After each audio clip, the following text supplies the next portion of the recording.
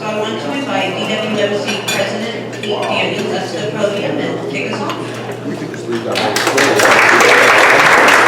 Thank you, Dawn, and thank you all for being here. I am going to sit down, but for right now, I'll stand up. And we're going to get this started. Thank you all for being here today. I'm glad we have this opportunity here at the Democratic Women of Monterey County to have a candidate forum like this. I can't take any responsibility for this. This was our luncheon committee, our events committee, who put this together, and so I really want to give a special thank you to everyone on the board who worked so hard to make this and other luncheons possible. This is the last luncheon of 2019, and we've just really had a terrific lineup of speakers this year. So thank you to our luncheon committee and the entire board of directors of the Democratic Women of Monterey County. All right, what I'm going to do is I'm going to invite in a moment all of the candidates who are here to speak with us today for the Supervisor's 4th District race to come up to the front. I will then read the bios that were provided by each of the candidates. And then after that, I've got a series of questions that I've put together based upon the Democratic Women of Monterey County's platform and our interests as a club. These questions are going to resemble, very loosely resemble, but be connected to in theme, the endorsement questionnaire that the candidates received. And so they'll be familiar with the topics and themes of today's conversation. And then we will give each candidate the opportunity to respond. I kind of, I'm going to sit down and you can move your chairs so you can see everybody. I'm going to try to make this a conversation that's informal in the sense of I'm not going to be timing you. But if you start to go on and on and on, we might have to cut you short so we can get to some of the other questions. I'll just be the judge of that. And then if we have time after we've gone through the Democratic Women of Monterey County's questions, then we'll move to open it up to the audience for questions. So if I'm seated and if our candidates are all seated and you cannot see, please feel free to move your chair. There's coffee, there's dessert, and again, please continue to enjoy your meal, and let's get to the most important part of today's lunch. Thank you. Okay, so I'm going to go ahead and invite WENDY ROOT ASKEW, WINI CHAMBLISS, Steve McShane, and Alex Miller to please come up to the front and choose a seat. And as they're doing that, I will go ahead and read their bios. These are in alphabetical order, and after I've read them, we'll give them a big round of applause for doing one of the most important things that we can do in a democracy, which is run for office and participate at this level. WENDY ROOT ASKEW is a champion of women, families, and youth in Monterey County. As a top aide to Supervisor Jane Parker, WENDY is deeply involved with serving the needs of every District 4 community with a focus on economic opportunities for working families, increasing transparency and accountability, improving access to quality health care, violence prevention, and protecting our natural resources and economic vitality. WINI CHAMBLISS has served this is a new candidate, WINI CHAMBLISS has served the Monterey Peninsula for 42 years. She was a trustee of the Monterey Peninsula Unified School District Board of Education for 10 years and president for 7 years. She championed redistricting efforts that increased minority representation on the board and helped navigate the school district through the Fort Ord-based closure. She's worked at Hartnell College, managing administrative services, and the Monterey County Water Resources Agency. Steve McShane is a third-term Salinas City Councilman with 20 years of public service. He is currently chair of policy for Monterey Bay Air Resources District, a member of the California State Band Pool Authority, and on the board for the Association of Monterey Bay Area Governments and the Monterey Bay Marine Sanctuary. He's also a founding member of Monterey Bay Community Power and a board member of Community Health Services. Alex Miller and his partner are raising their 3-year-old daughter in Seaside. He works in local schools and is the chair of the Neighborhood Improvement Commission for the City of Seaside. He is attending law school with a projected graduation date of May 2020. His campaign is focusing on holding county government accountable and putting fairness in the forefront so that residents of Monterey County will feel respected and valued. Let's all welcome our candidates with a warm round of applause.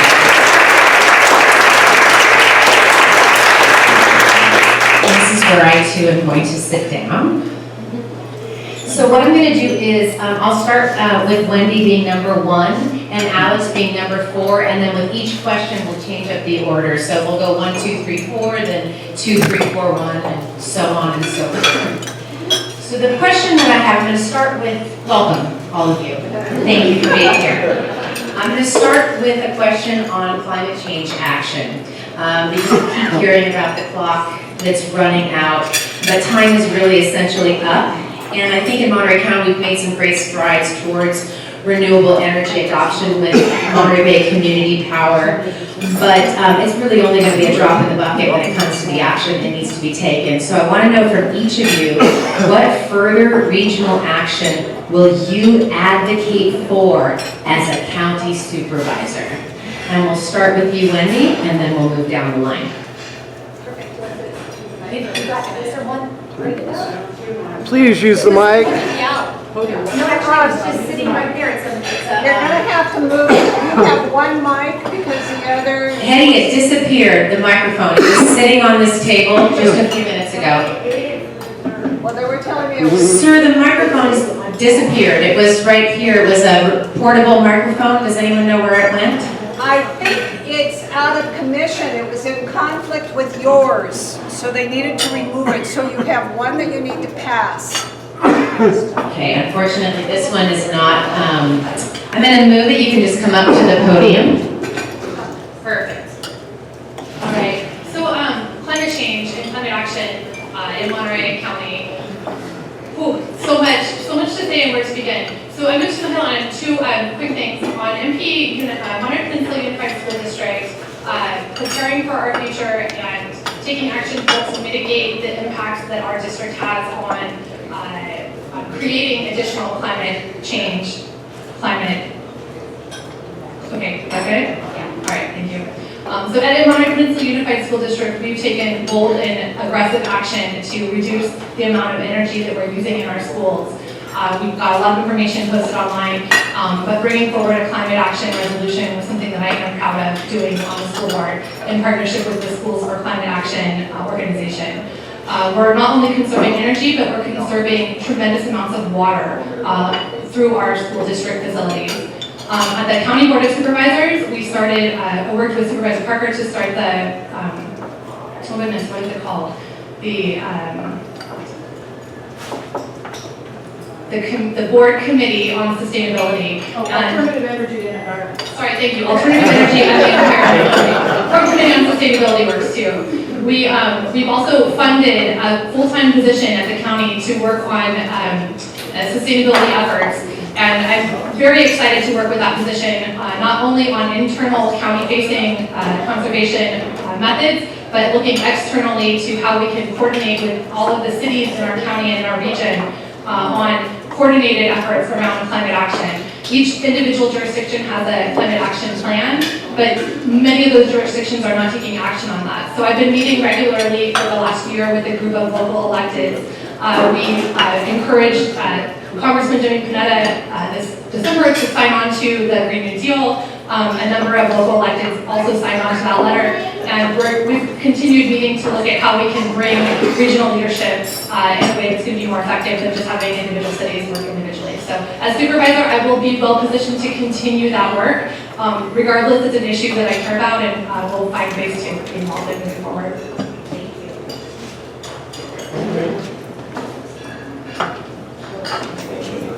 Climate change is real. I personally can say that I'm doing what I can to have a zero carbon footprint. Our family owns a Leaf. We have solar with battery backup. And when it comes to making decisions and choices as a family and as an individual, I'm doing what I can. I think that's where everything starts. And as an elected official, we need to be an example. When it comes to my role as a city council member and a member of different boards and commissions in the region, I will say that we've been bold and we need to be bolder. When I think of the Association of Monterey Bay Area Governments, which I now chair, we have a Highway 1 study taking place right now to look at the impacts of global sea rise. We are very much in tune with mitigating the commute times. If there's one mission of the Association of Monterey Bay Area Governments, it's to see to it that people live and work and play in near the same locations. So we've got studies, we've got incentives in the works with the state, and we're very much in tune with that. I'm probably most proud, as I've worked closely with Supervisor Parker to get Monterey Bay Community Power off the ground. We co-authored an editorial in the Herald many years ago. Monterey Bay Community Power just voted in 11 new jurisdictions yesterday, spanning 5 counties. Why is this important? Because now green energy and carbon-free energy is what's fueling the Central Coast.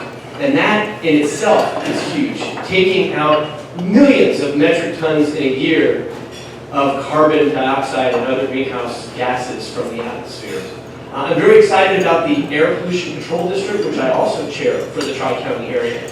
You know, in Scotts Valley and down into Big Sur, we've got a gas or a wood-burning stove change-out program that's taking place. And this program alone is saving wood-burning fumes from the atmosphere that, again, could contribute to greenhouse gas and also other problems in the environment.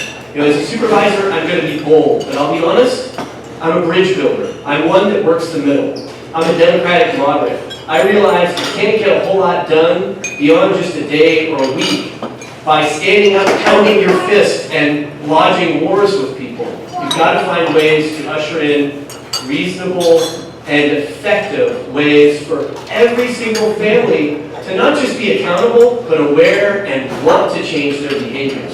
And as a supervisor, I'm ready to usher that in. Thanks. So we'll finish this question. We have 2 more to answer. What further regional action you will advocate for as a county supervisor? So it's interesting that I was thinking about some things yesterday in regard to transportation and climate change and our footprint. And specifically, I was thinking about the number of cars that transport people. All right, I was thinking about the number of people who transport daily to work, single individuals in cars. But I was thinking about the number of cars that you see. You see people driving back and forth daily with one person in a car, and the carbon footprint is awful. So as a supervisor, I would do something about mass transportation. It would take re-education because people want to be able to get in their cars and go where they want, whenever they want to. But I think it's something that we really have to look into, some sort of mass transportation. I also thought about staggering the work schedules so that people are not all driving at the same time and utilizing mass transportation modes.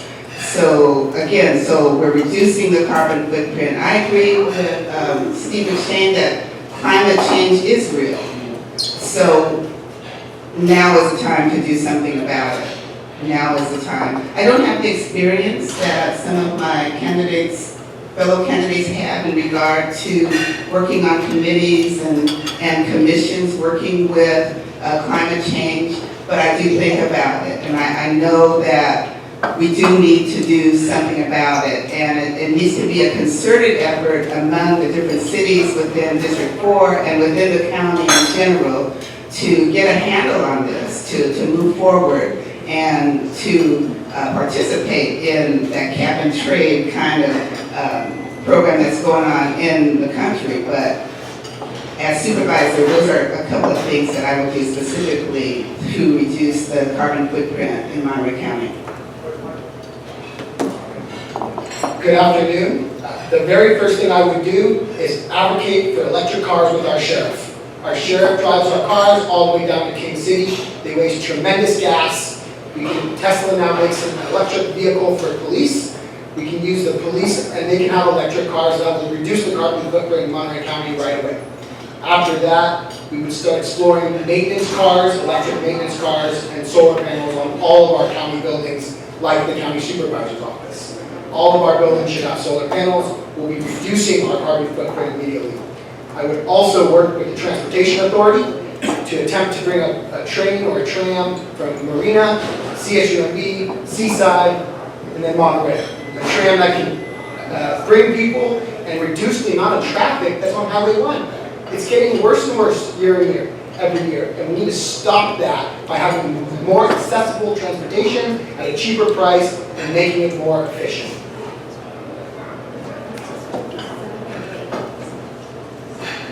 I'll just come and grab and try to move this along. The next question I'm going to ask is about affordable housing. Democrats support the right of all Californians to affordable housing in proximity to where they work, study, and hold community ties. Simply believing in our party's platform is not enough.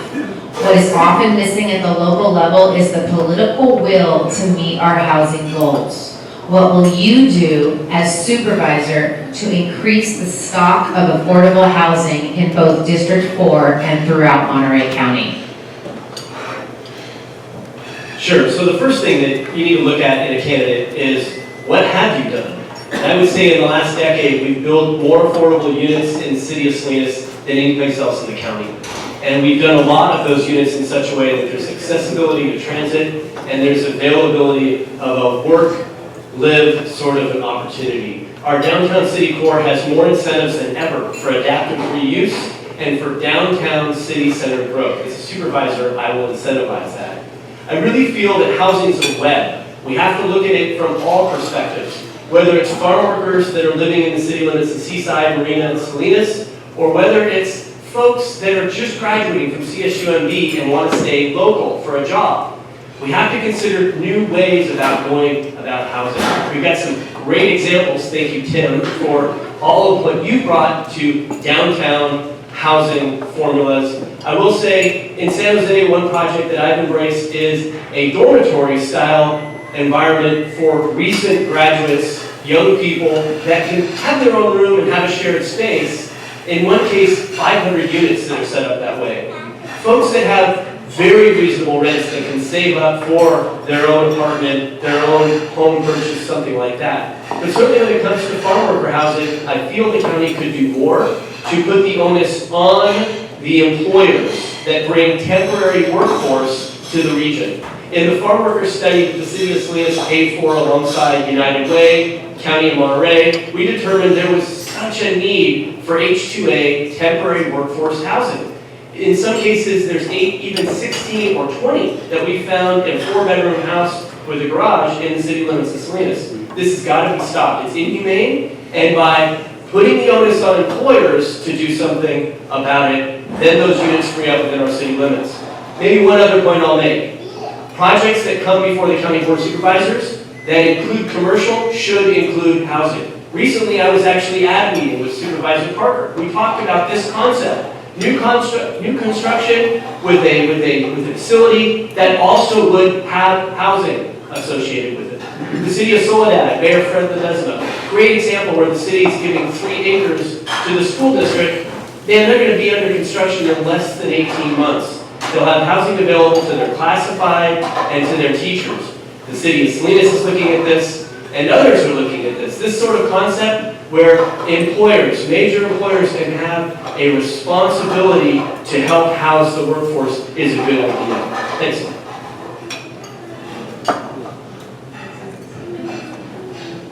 Thank you, Steve. And I think the city of Salinas has done an excellent job with the farm workers and bringing housing for them specifically. In Monterey County, I think affordable housing, it has a bunch of different elements to it because it all starts with water. I mean, you can't bring housing without water. So water is the #1 consideration in developing affordable housing. I also know that the developers have these formulas for affordable housing. And if there's some way to increase the number of units that could be developed within their formula from the 80-20 or 70-30 or whatever it is, to increase the number of units that can be used for affordable housing. If that can be negotiated, then that's something that County Supervisor and the Board of Supervisors could be helpful in doing. But again, it all starts with water. Another avenue to increase the affordable housing in Monterey County has to do with the blight, and the City of Marina has done a good job in turning the four-door units into housing units, but then again, negotiating the number of units that could be affordable with removing that blight, say in the city of Seaside and Fort Ord, would go well to increase the amount of affordable housing in Monterey County.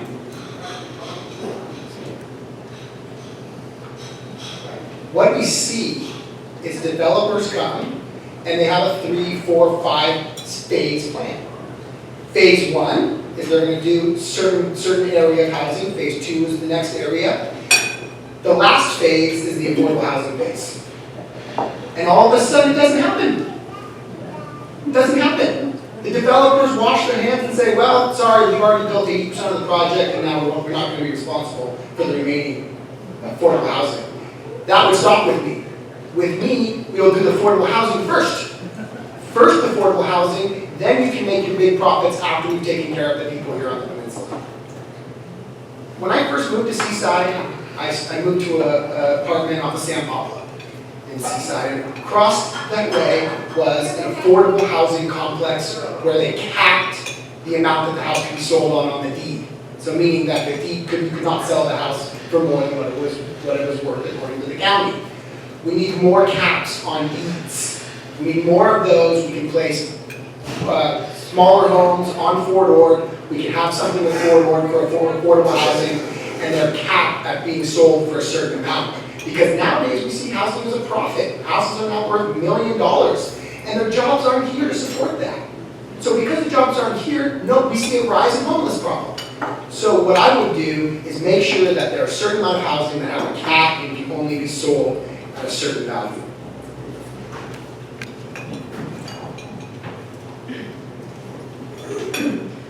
So I'm not sure exactly what the initial question was, but I've got some affordable housing in general, and I'll just make a couple of key points.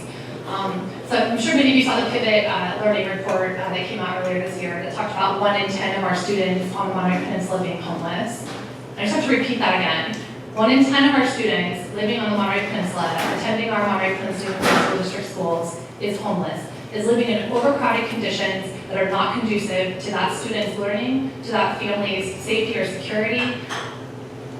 That is unacceptable.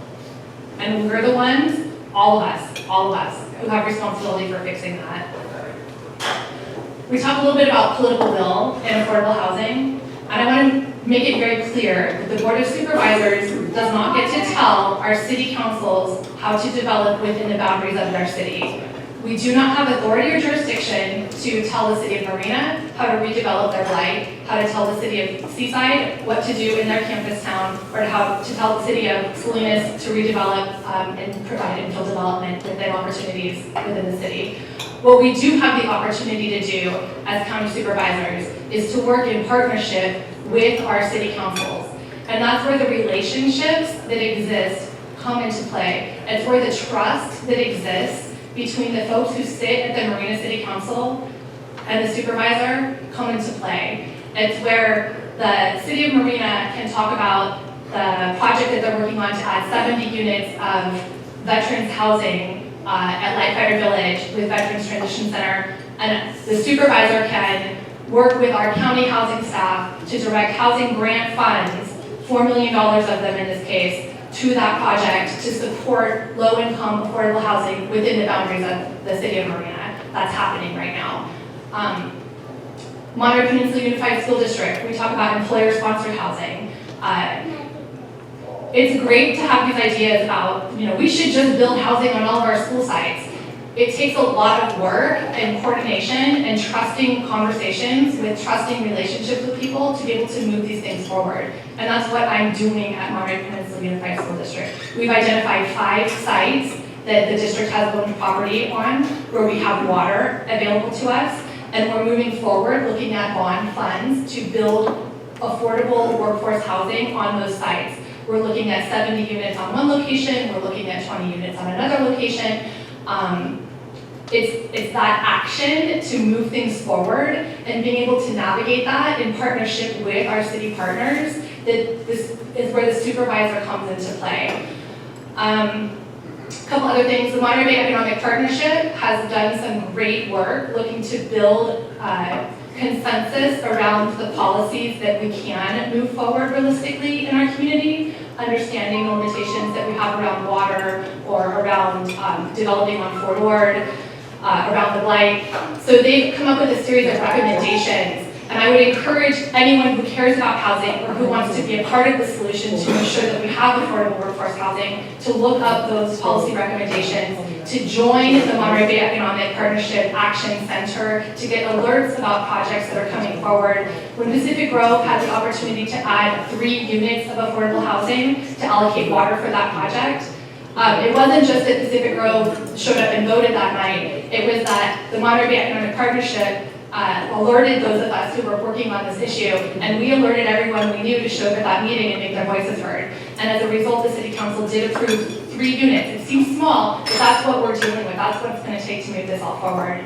I have so much more I could say about affordable housing, but we will continue. We'll pass the mic along. Okay, I am going to institute a timer because I have so many questions that I'd like to still ask. And so the next series of questions, I'm going to give you each 2 minutes. Okay, no, you did wonderfully. Nobody went on and on. I'm calculating the time and I realize we won't get to all of them. So I'll set my timer for 2 minutes. The next question is one that's really critical to the Democratic women of Monterey County. Margaret Sanger, founder of Planned Parenthood, believes that no woman can call herself free until she can choose consciously whether she will or will not become a mother. My question to all of you is, can women achieve full gender equality if abortion becomes illegal? Why or why not?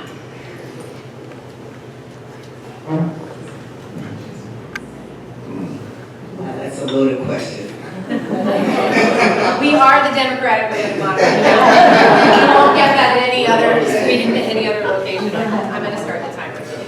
Okay, I'm going to ask you to repeat the question though, if you don't mind. Can women truly be free if they do not have access to abortion? And the short answer to that question is no. They cannot be free. A woman has and should have the right to choose what she does with her body, and the government should not interfere in any way with that choice. But the government should provide the services that women require in order to be healthy, to exercise their freedom to operate in the system that we live in. That's the short answer.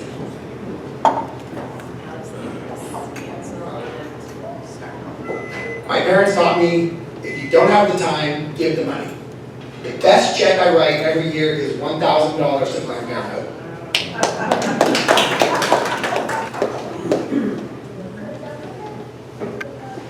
So much of my life's work has been around women and protecting women's rights and women's reproductive freedoms at every stage of their reproductive cycle. So that starts with making sure that women have access to prenatal care. In Monterey County, 25% of our women don't have or receive late or no prenatal care.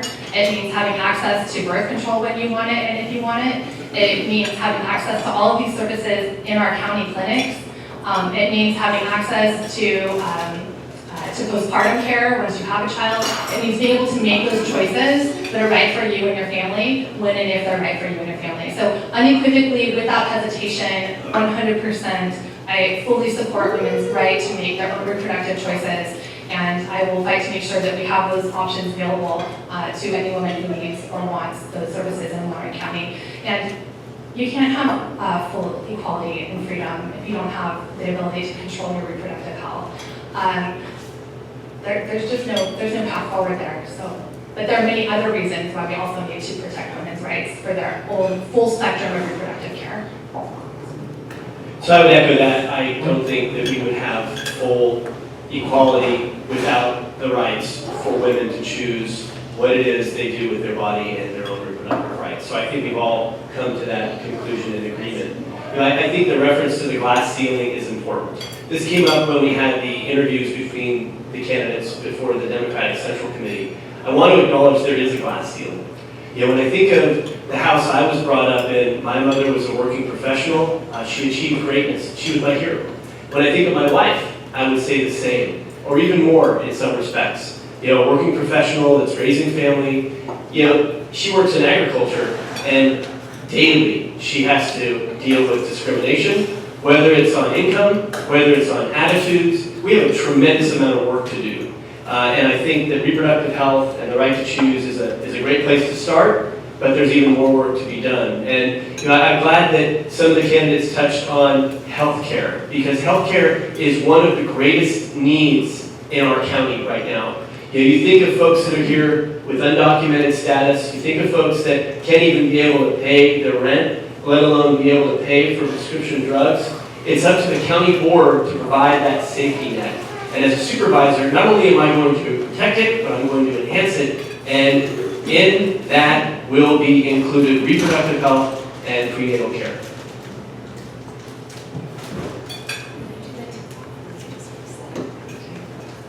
Okay, so this is a lighter question. I'm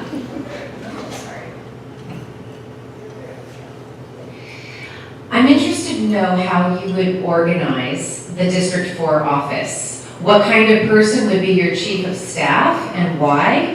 What kind of person you'd select for your policy analyst and why? We'll start with you, Alex.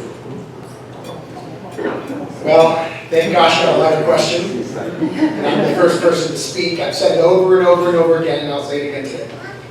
We have to move the office. We have to move the office, and we have to put it with the people. Right now, it's so far removed that when I ask people how many people have been to the office, the majority of people say no, never been there. So let's move the office and let's put it somewhere within our cities. Let's put it in the city, in the bustling area of downtown Seaside, where people can walk in and file a complaint, or people can walk in and talk to their supervisor. I don't feel the current supervisor's office is welcoming, and I don't feel that a lot of people utilize it. So the very first thing I would do is I would move the office. The second thing I would do is I would hire women. As Ms. Parker says, women get things done. She's right. So as a chief of staff, I would make sure my chief of staff is intelligent, knows the system, and has some legal background. And through my experience in law school, I have met some wonderful women that would be great on my staff. And the other question was about Your policy analyst. my policy analyst, the same thing. I would have somebody who has knowledge about the law and somebody who can represent us, and also somebody who is accountable and somebody who we can access and everybody can speak to them. So we will be available for you.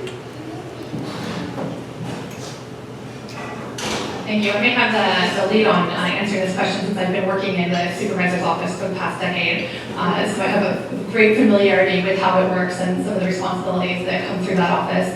I agree with Alex. I'd love to see our office located at a location that was more convenient to the public. The reason that we are the current location that we are is because of the cost. To have a different location would have been approximately $3,000 a month when we looked for that location 10 years ago, and we made the decision that that wasn't a prudent use of taxpayer money. So I think it would be great to revisit that again, since we have some different district locations now. As far as organizing the office, you know, I think we need to make sure that there's representation from each of the 3 communities who are represented in District 4. I think we need to make sure that there is bilingual, multilingual capacity within the office. We need to make sure that there's, given the $1.5 billion county budget and the 26 different county departments that the supervisor has ultimate authority for, making sure that there's diversity and a good mix of expertise so that we have the type of land use expertise, and water issue expertise, as well as some of the social service side expertise. And in District 4, where we have 1 in 10 of our students are homeless, where we have a high population of low-paid workforce for the economic drivers in our community, we need to make sure that that social service expertise and background is strong. So those would be some considerations that I would make. And also, I think making sure that you have this balance between being out in the community and having time to actually get the work done. We spend a lot of time in meetings, and you still need time at your desk to be able to follow up on all the things that come up and to be able to respond to constituent issues. So having the right mix of those interests and expertise and then time and how you allocate that time, I think is important. You can have a bunch of PhDs, you can have a room full of computers, but if you don't love people, you shouldn't be in government. And my wife said to me almost a year ago now, you know, Steve, you could sell a truckload of pavers and not be nearly as excited if you could help somebody with a tree problem on West Acacia. And the reality of it is, one of the reasons why I'm running is because I love people and I love problem solving. And I think the secret to successful government is more people that care and are involved and engaged. I'd love to see this room packed. I'd love to see more people engaged in the Democratic Women, involved in the Democratic Club of the Monterey Peninsula, engaged in the Salinas Valley Democrats Club. We need more people involved in government. And as a county supervisor, as has been the case as a city council member, I'm going to facilitate that. I've been on the council 10 years, and I've had more than 50 community meetings. The average attendance is probably 20, 30 people. I love getting people engaged, involved, even if they're pissed off. And I'll tell you, as a master gardener and someone that worked the front desk at a garden center for over 10 years, people come in mad as heck because they got tick burn on a camellia. I can handle that. I'm ready for it.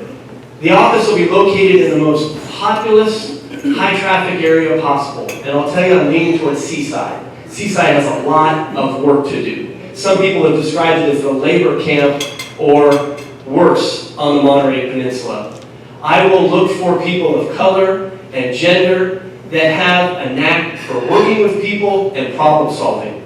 They don't even need to have a college degree, because I've seen some of the most talented, impressive problem solvers that work well with people of a variety of backgrounds that are mad without such skills. So I look forward to this. I'm ready. I don't know how to respond to some of the things you said, but I'll go on anyway. Chief of Staff and Policy Analyst. I hadn't given that a lot of thought, actually, but just sitting here right now, my thought is leaning toward college students, diverse college students, to give them we got to get the next generation involved some kind of way, and college students are already seeking, and they're learning about finding out information and digging deep into issues. So this is off the top of my head right now, but I'm thinking of college interns who I believe would be deeply involved in getting the information that's required. I believe it also takes, both of these positions take people, persons. I agree with you on that, Steve. If you have people in the office who are off-putting, you're not going to be able to represent well. Your people are not going to want to approach the office, and then you're going to have division within your district. So people, persons are absolutely necessary. I think diversity is important also. Diversity is important because even on the Board of Supervisors, people need to see people that look like them, that speak like them, that have the same type of not lifestyle, but same type of experiences that they do, so they can resonate and hopefully communicate better with whoever it is they're talking to. Policy analyst, I want somebody who is just like WENDY ROOT ASKEW. Exactly, because I think she does a wonderful job.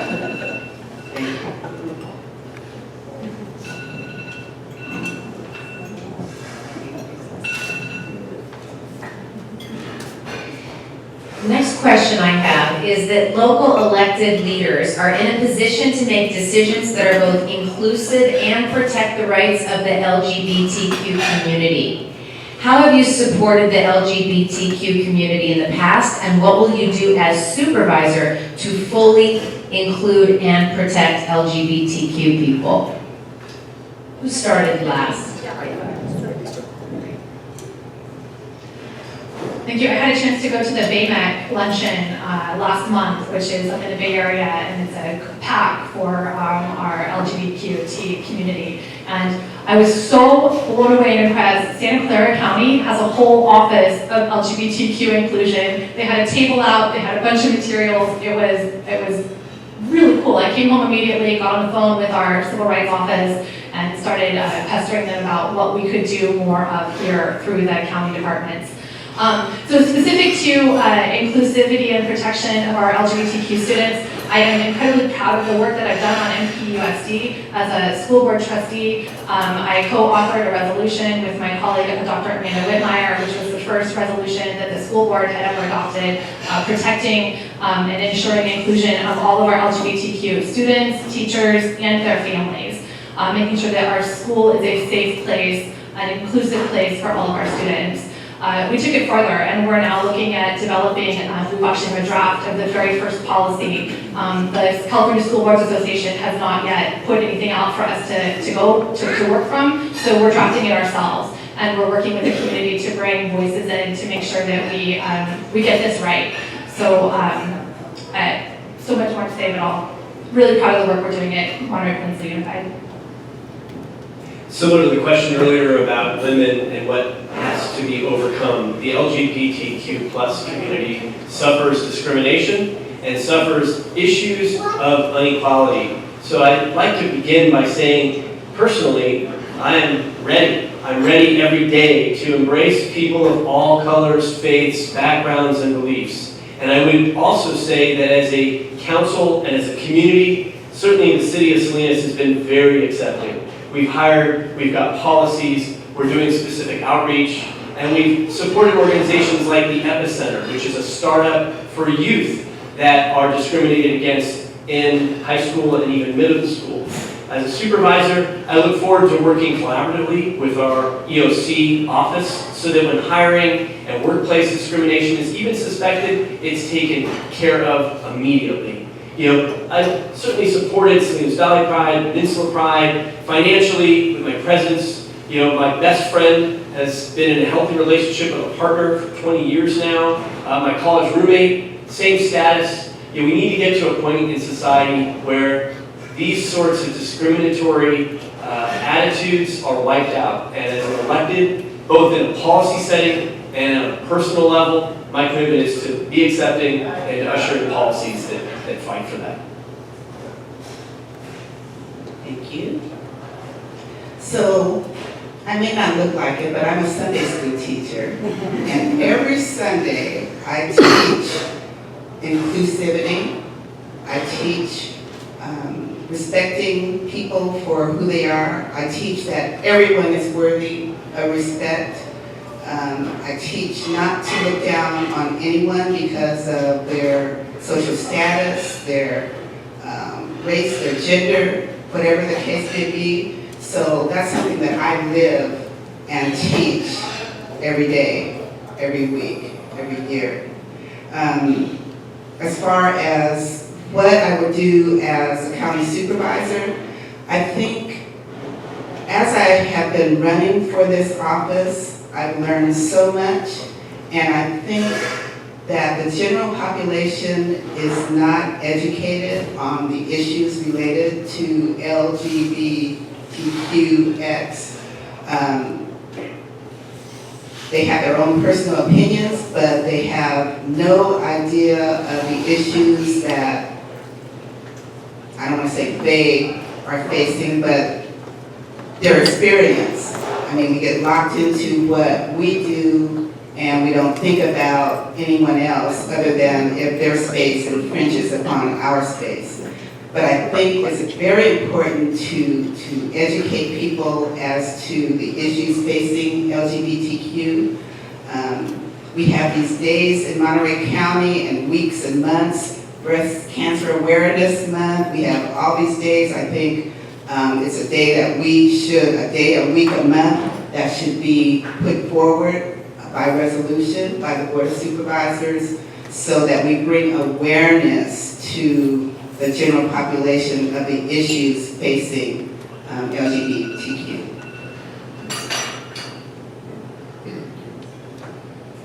When I was born, my parents were in the room, of course. I know all of you are shocked. But there was another lady in the room as well, and it was my parents' good friend, and she was a lesbian.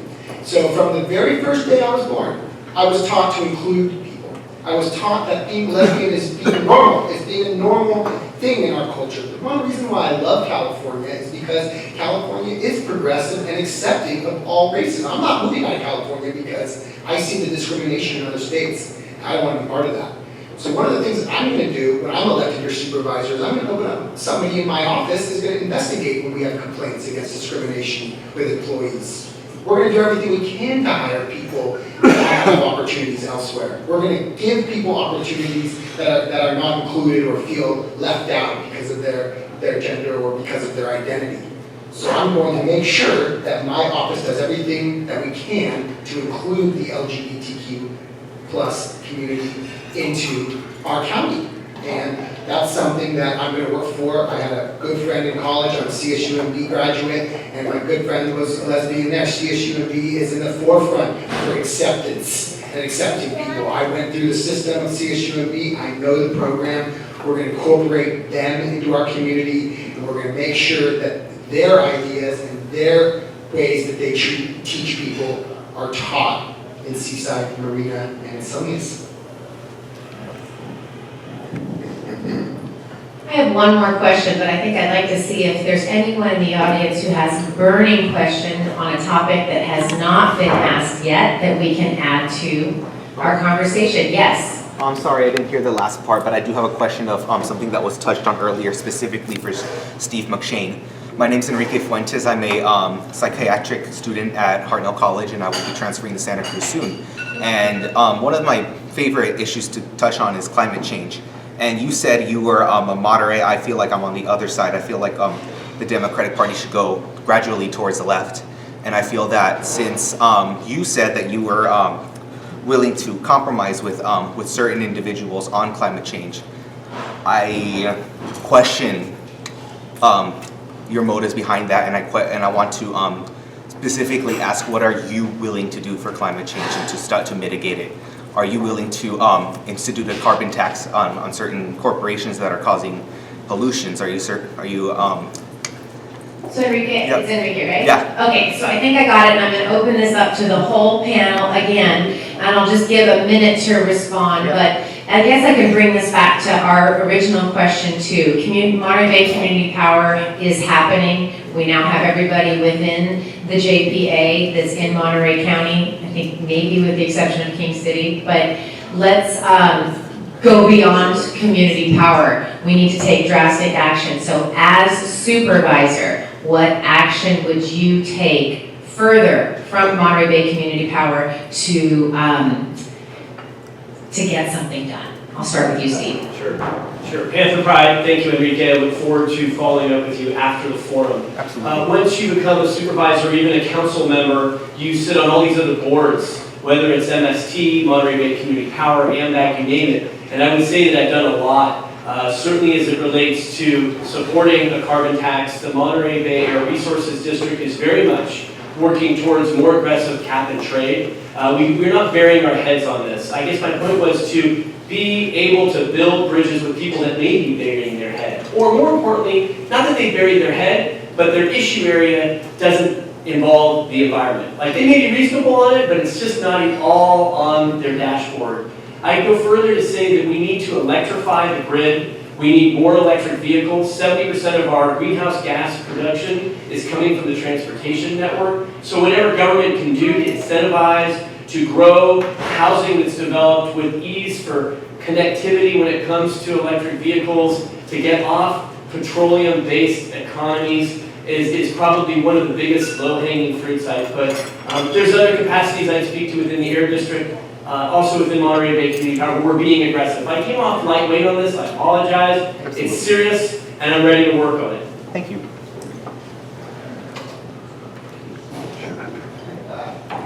I don't really have anything further than what I've already stated. I would just caution the use of the electric vehicles. I know that while I was working at the Monterey County Water Resources Agency, we purchased several electric vehicles and it was a nightmare. So I think research has to be done because you can end up spending more money and having a worse experience by using electric vehicles. Just a word of caution. I'd like to just ask Winnie what year that was.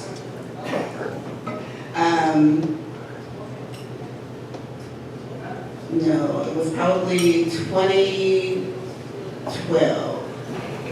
Since 2012, we've come a long way. Yes. Tesla has come a long way. The Tesla vehicles are very good.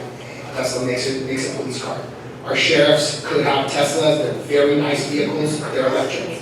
On top of that, Enrique brought up the issue of carbon tax on businesses. I would absolutely support that.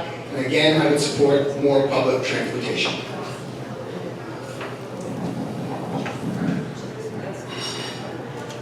I think there's a long list of things that we can look to pursue, and as Steve said, the supervisor does get appointed to a number of different committees and commissions. And one of the things I just want to be really clear about is that when you sit on those committees and commissions, just as one vote on the Board of Supervisors doesn't get you, it's not a magic wand vote, right? You're one of 5. So finding the ways as one of 5 or as one of a dozen who sit on Monterey Bay Community Power to provide leadership and push that group forward so that you're introducing new ideas, that you're helping other people introduce new ideas that actually do move the needle forward. I think that that's what I'm offering to bring. That's the experience and the leadership that I've shown in everything I've worked on. I didn't join the school board and say, Wendy's got all the right answers and all the right ideas. I joined the school board, I looked at who else I was sitting around, and I said, what ideas can I help introduce so that they can also provide leadership and move this forward, so that they're the ones bringing up ideas. And I think that that's the way we're going to move the needle on all of this. Okay, thank you all. The last question that I'm going to ask each of you is to please let us all know why you think you are the best candidate for District 4 County Supervisor. And Winnie, we'll start with you this time. I actually anticipated this question. And I wrote a few things down, so I shouldn't go over my time limit. Do I have the 1 minute or 2 minutes? I'll start it over, we're gonna do 1. Speak fast. Okay. All right, I'll read fast. I believe, and this is from my heart, I have a special call to run for this office right now because no one in their right mind would choose to do this. I believe that my education and experience on the school board during the tumultuous times with the Fort Ord base closure has prepared me well to handle just about anything that might arise. I believe I'm a people person, and this is a position that requires a people person, one who is able to create and foster relationships among people, critical listening skills, thinking skills, and comprehension. I'm dedicated to getting things done, not lip service. I'm not a person that is long-winded. But on a 5-member board, I understand that communication and collaboration is important. One last thing. As an African-American female, pride of her heritage, I bring a unique perspective that is currently absent on the board.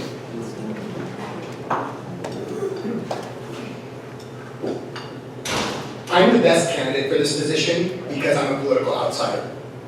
I'm not funded by the big political machine in Monterey County, like some of my opponents who have received a tremendous amount of money. And that money is not free. That money is not free. Those people are giving those donations for a reason. And I don't take that. I don't support that. I don't think that that's the direction of our county. When you elect me your supervisor, I'm gonna be an independent voice. I have $10,000, that's it. And I'm gonna go up there and I don't owe anybody anything. And that's why I'm the best person for this job. Secondly, my legal training has put me in a good position to understand land use issues, to understand the county problems that we face, and we need somebody that has some legal experience. Some legal experience that they understand where and what and how we can achieve the goals that we want to achieve. The last reason why you should elect me is because I'm a fighter.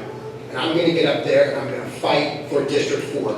Not Monterey County, but for Monterey County District 4. I'm gonna fight for us.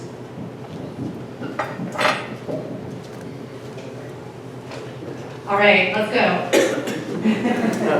I am so incredibly proud to report that I have over 700 contributions to my campaign. So it's not me sitting here telling you that I'm the best person for this job. It's the community, the broad base of community support that has shown that they're with me on this walk and they're with me on this journey. It's the long and growing list of endorsements from in-district leaders, from city council members on every single city council, from community leaders, from school board members, from our current supervisors. They're the ones telling you, so listen to what they have to say.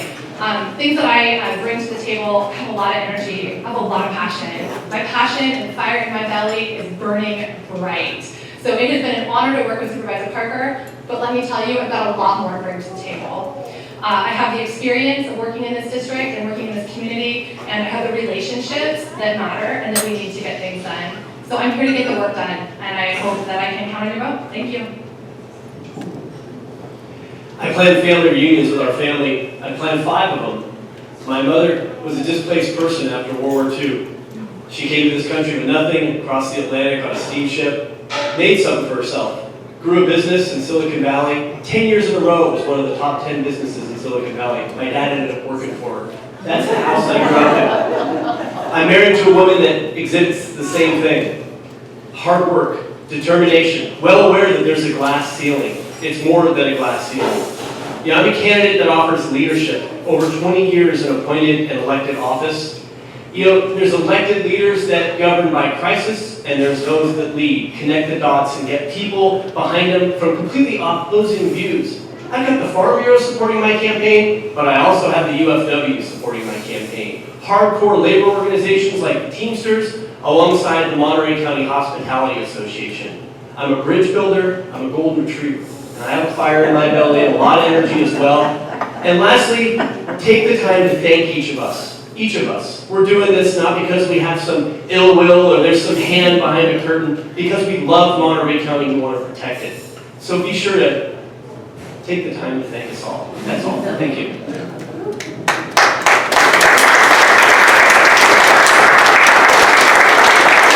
I will take the time to thank you all. I really do appreciate what your participation in our democracy at this time, at the level that you're participating. Thank you all.